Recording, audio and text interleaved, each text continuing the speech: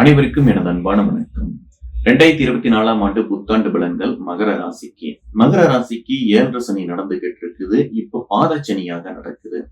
இது பெரிய அளவுகள்ல பாதிப்புகள் இருக்காது. கடந்த ஆண்டு ரொம்பவுமே சிரமப்பட்டிருப்பீங்க. இந்த ஆண்டு அந்த சிரமங்கள் எல்லாமே தீரப்போகுது. உங்களுடைய பிரச்சனைகள் மெல்ல மெல்ல குறைஞ்சுக்கிட்டு தான் போகுமே ஒழிய அதிகமாகாது. குரு பகவான் உங்களுக்கு ரொம்ப ரொம்ப சாதகமாக இருக்குது. 4ஆம் வீட்டுல நிக்கிறது நல்ல ஒரு அமைப்பு தான்.